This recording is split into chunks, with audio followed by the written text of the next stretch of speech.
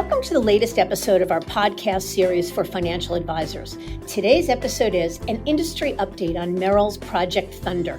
Is it too little, too late? A conversation with my partner, Louis Diamond. I'm Mindy Diamond, and this is Mindy Diamond on Independence.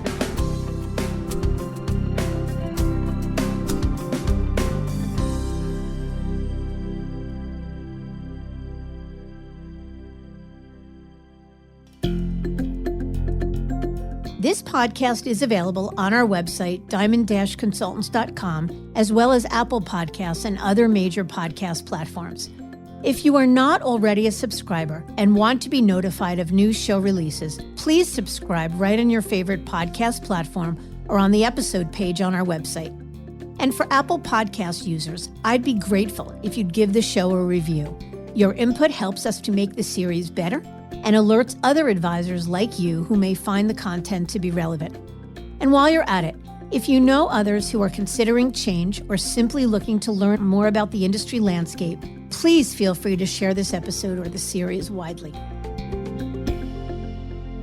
In late August of this year, Merrill Lynch rolled out Project Thunder, a 2-month campaign that appeared to be aimed at staving off increasing advisor attrition and addressing the frustrations of those still at the firm. While this topic is specific to Merrill, it's certainly not meant to be an indictment against the firm. Rather, it's an example of the growing pains experienced at any of the larger bank-owned firms as they struggle to balance growth and revenue while managing thousands of advisors and creating layers of guidance designed to serve many.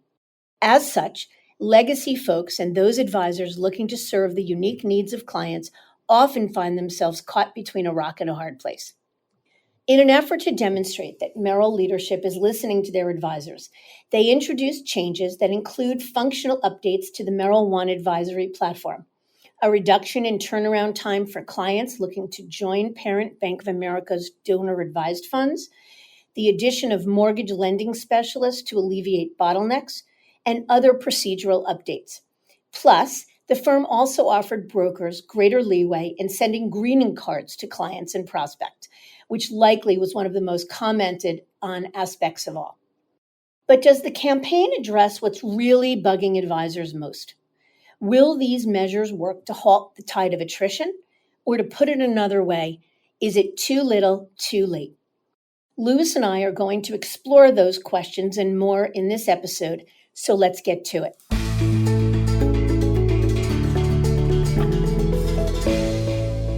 Louis, thanks once again for joining me. Yes, of course. Excited for this one. It's a very important conversation. So with the announcement of Project Thunder, Andy Sieg acknowledged the attrition the firm has suffered over the last few years, reportedly topping 5% in the second quarter before leveling off just under 4% in Q3. Let's talk about the attrition and where Merrill advisors are going.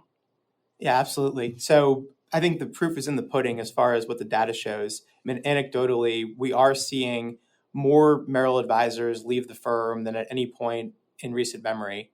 And it's also the size and caliber of these teams. It's oftentimes the lifers and the culture carriers, the folks that people are really surprised when they do move. So I think that's even more important than the number of advisors. It's what the advisor is leaving and where those advisors are going. We've talked about this many times in this podcast and in the articles we write. It's really fractured. Instead of sharing the specific firms that we're seeing advisors go to, I'll break down where we're seeing types of advisors go based upon the type of firm and what it represents. So to me, there's 3 camps of advisors who leave and kind of what they're thinking about leaving. And it's very much colored by their experience at Merrill. In one bucket, you have advisors who say, I'll never work at a bank or any firm that has any sort of bank influence, being so beaten down by what's happened at Merrill that they're coloring all banks with the same wand. Another persona of an advisor is someone who likes the all under one roof, the very comprehensive nature that Merrill offers, but they want to get back to kind of the Merrill of old, meaning a firm that is more of a wealth manager than a bank, but still has all the capabilities under one roof. That would be companies like a Morgan Stanley or even a Rockefeller, where their wealth management's the core business, but they can serve clients in many different ways.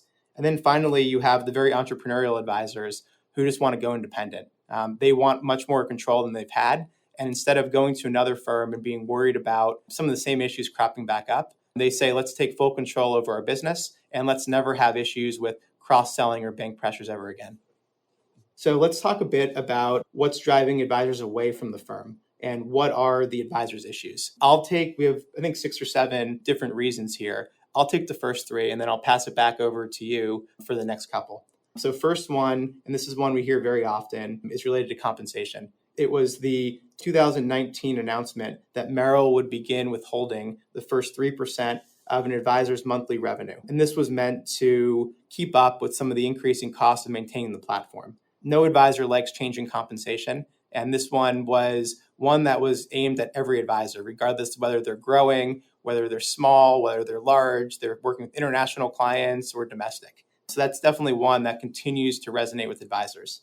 Second one, also related to compensation, was the introduction of the growth grid in 2018. And that was the reduction or the potential increase in grid for advisors if they add 3 new households and add customer assets by 2.5%. The reason advisors didn't like this was because this was a true carrot and stick approach. This said, advisors, we kind of know what's best for your business. And regardless of whether you run a very boutique, ultra high net worth focused practice where adding 3 households is a lot, or maybe you're in coast mode and aren't looking to add clients, they're saying we're going to change your compensation if you don't add new households. So it was a way for the bank to tell advisors how to run their practice, which really frustrated many. The third one I'll hit on is the continued push to cross-sell Bank of America products. Advisors don't like selling anything. It runs counter to the notion that advisors know what's best for their clients. And most Merrill advisors, they like having the banking capabilities. It enables them to serve clients on both sides of the balance sheet and be a client's one-stop shop for financial advice. But when it becomes more pushed and it becomes an expectation that they refer business over to the bank and that CAs have to open up checking accounts and they have to sell LMAs, that becomes something that is at odds with the way many advisors think they should run their business. So I'll turn it over to you to hit on the next couple. Yeah, and I'm thinking as I'm listening to you talk about those, and those are conversations we have with advisors every day, it really comes down to this battle for control that advisors increasingly feel that they are losing. But let me share some of the other frustrations. The next is ever increasing bureaucracy, which is really serving to undermine efficiencies. Even if you stick with the theme of loss of control, the notion that advisors are being asked to attend meetings or adhere to certain mandates that don't necessarily serve them best or they don't necessarily feel is in the best interest of clients can be frustrating. And plus, they worry that these additional bureaucracies, which often impact the support staff more than anyone, will frustrate them. And they are the people, that support staff is really who's tasked for delivering an exquisite or an exceptional client experience. So frustrating. The next one is the notion that the bank owns the clients. So listen, to be sure, in any W-2 model, with the exception of Raymond James as a notable exception, the firm owns the client. But in many cases, even though when push comes to shove or contractually, the firm owns the client, in many cases, it doesn't feel that way. Firms give the advisors the agency or the latitude to really serve clients the way they want to. It does not feel that way at Merrill Lynch. Merrill makes it clear that the bank owns the client and therefore the bank owns the advisor. Number 6, I'd say, is what we're calling, or a lot of the media is calling, the bankification of Merrill. And I think this is one that advisors have the hardest time with. You know, the Merrill of old was the very best firm there was, and lifers will tell you that. And they long for the culture that Merrill once was, an entrepreneurial, family-like culture.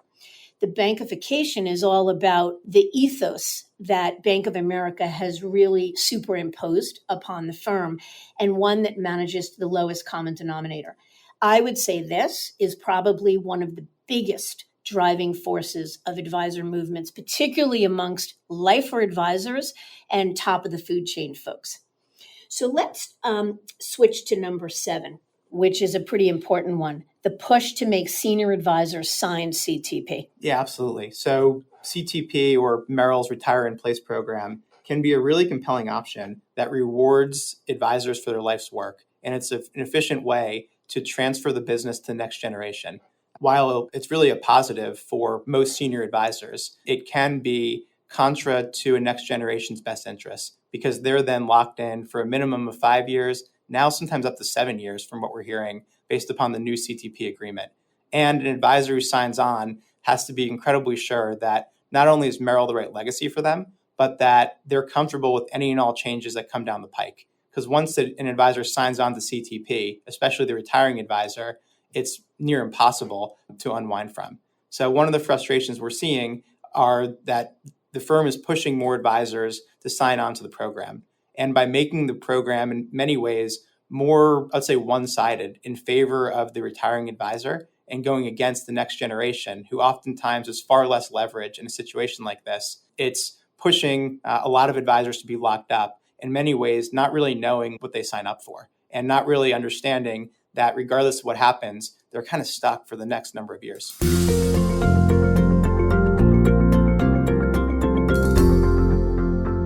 I think what's most interesting about it is that Project Thunder was revealed or launched as an olive branch almost, as paying testament to the amount of attrition and as a way of saying, we hear you and we want to make things better for you. But I think what a lot of advisors are feeling, or at least tell us, is that it feels like a disconnect, that Merrill is sort of responding by making certain things better, but not necessarily the right things or not necessarily the biggest things that impact them the most. And forcing advisors or strongly encouraging as many advisors as possible to sign on to CTP is probably Merrill's strongest retention tool, and therein lies the problem. So I want to pivot for a second to some of the questions or the things that we're hearing from Merrill advisors. So I'm going to turn to you, Louis, and ask the first couple. The first one, we hear from a lot of Merrill lifers, advisors who have been with the firm for, say, 30 or 40 years. They want desperately not to leave the firm. These people have a bat phone to the top. They've been Merrill loyalists. They bleed blue. They're part of the thundering herd. They love the bull, and they don't want to leave. They yearn for the culture of yesteryear.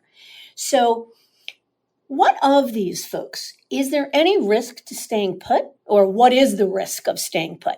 Yeah, so, of course there's risk to staying put, but that has to be balanced against the hassle, the pain, and the risk of leaving. So I would say for advisors who still believe that Merrill is the best firm for their clients and they're comfortable with the direction that the bank is taking the firm, that there's less risk.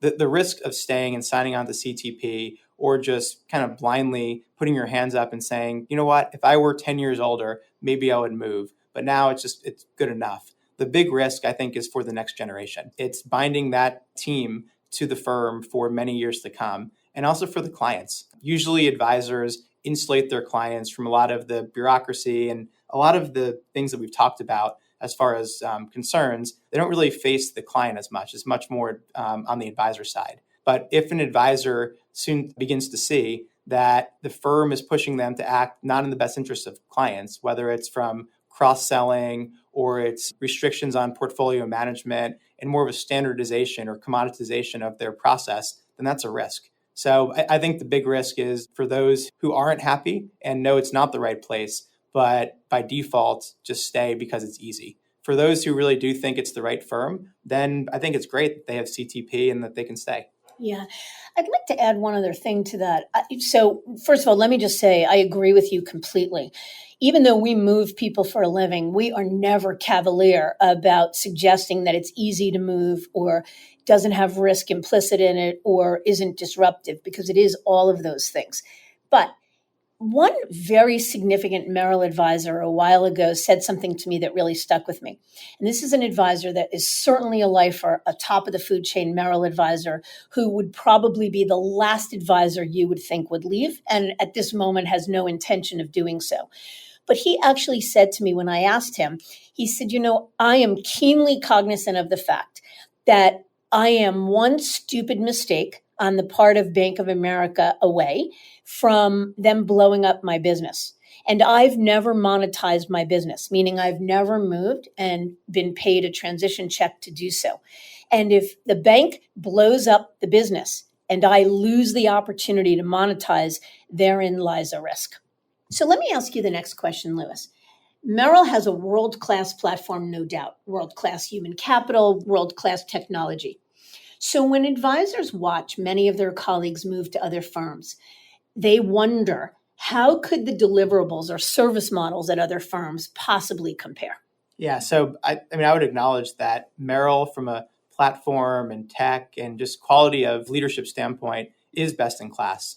So most often when an advisor leaves Merrill, it's not because they think the firm is deficient in any of those ways. They're leaving for more control. They're leaving because they want more agency over their professional life. And in many ways, they're leaving because how they want to serve clients and what is most fulfilling to them is just at odds with being an employee of a firm. So I'll give you a couple of ways that they can reconcile leaving the world-class platform of Merrill. I think one of the first ways is that platform in many ways is a commodity. Most advisors run relatively plain vanilla businesses, and financial planning software and access to managers and alternatives can really be done anywhere. It's not that you have to be at Merrill to do it all.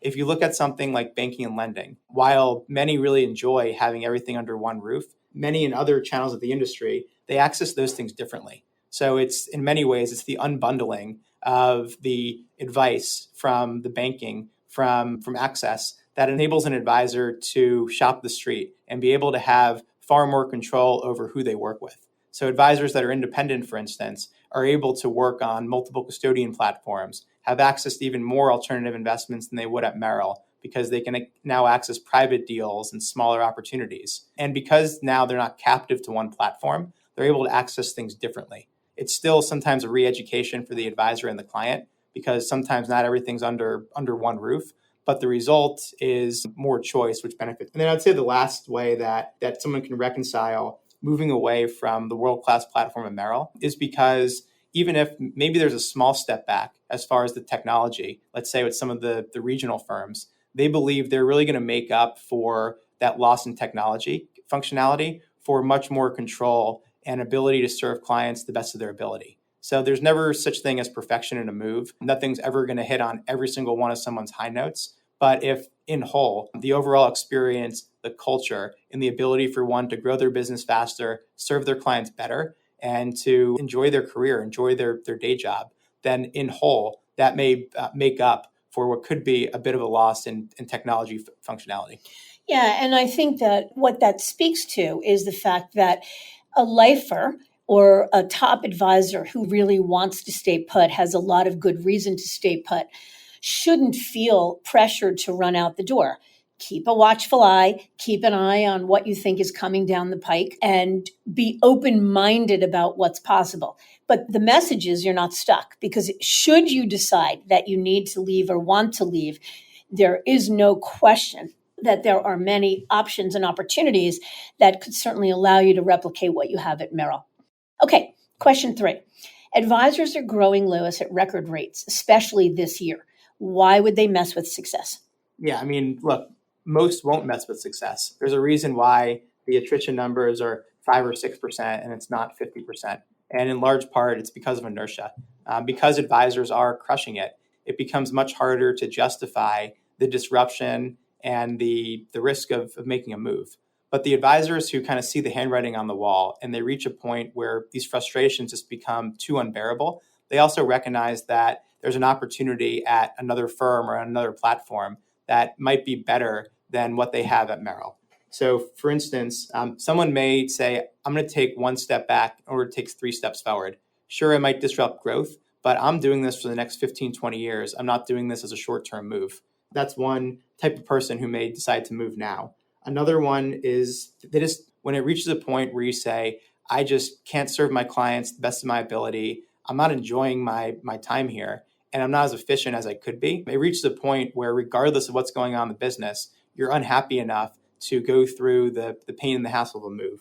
And lastly, I would say there's always an excuse for why now is not the right time. And that's not just about changing firms. It can be with any amount of change. There's always a vacation, a new client, a new prospect, a hot opportunity. So sometimes you just have to rip the Band-Aid off and move forward with confidence, because suddenly the pushes become too great and you're pulled to something that's better than what the current state is. Yeah, and I think as you're talking, I'm thinking about what you know is my favorite book in the whole world, the Stephen Covey book, The 7 Habits of Highly Effective People. And one of my favorite habits he talks about is making time to work on the business, not in it. And that's what we're talking about, is that while the in the business is doing incredibly well and hitting on all cylinders, it's sexy and intoxicating to stay put and continue to ride the wave. But if you've taken your eye off the ball and sort of missing certain signs and signals, that's not good either. So the bottom line is we encourage all leaders of businesses to sort of pay attention to what's going on and just make sure that they're staying from a position of strength and choice as opposed to by default.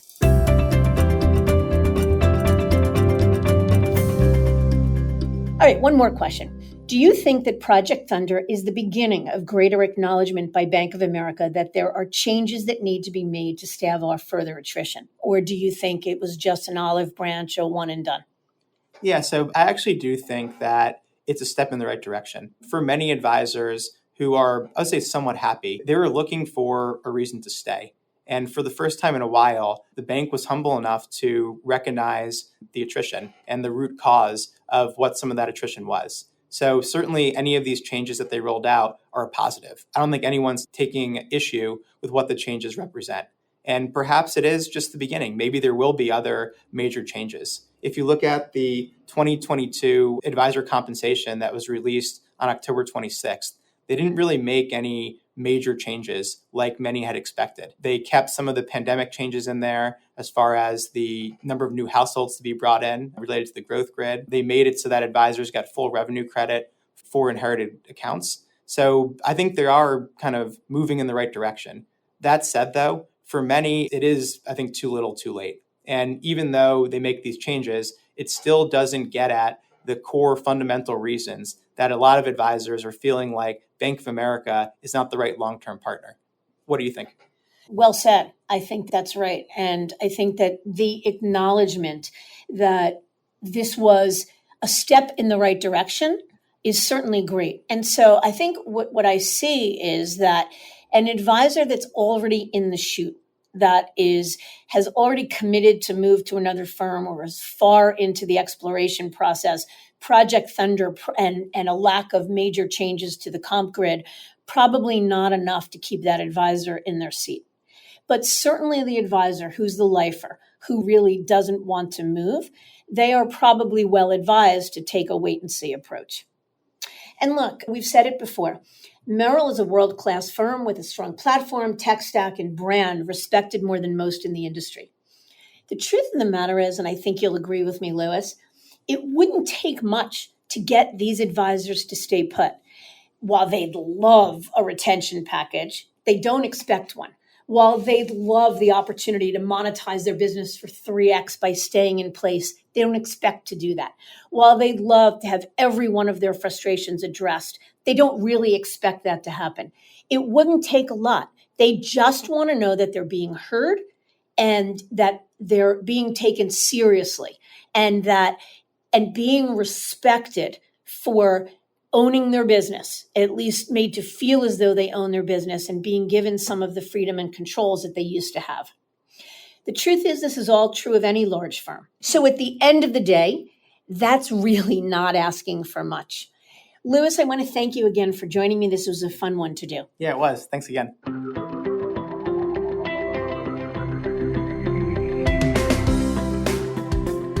And I thank you for listening. I encourage you to visit our website, diamond-consultants.com, and click on the Tools and Resources link for valuable content. You'll also find a link to subscribe for regular updates to the series. And if you're not a recipient of our weekly email, Perspectives for Advisors, click on the articles link to browse recent topics. These written pieces are an ideal way to stay informed about what's going on in the wealth management space without expending the energy that full-on exploration requires. Feel free to email or call me if you have specific questions.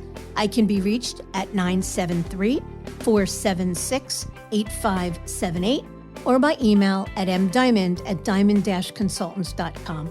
Please note that all requests are handled with complete discretion and confidentiality. And keep in mind that our services are available without cost to the advisor. Please see our website for more information. And again, if you enjoyed this episode, feel free to share it with a colleague who might benefit from its content. And if you're listening on the Apple Podcasts app, I'd be grateful if you gave the show a star rating and a review. It will let other advisors know if it's a show worth their time to listen to. This is Mindy Diamond on Independence.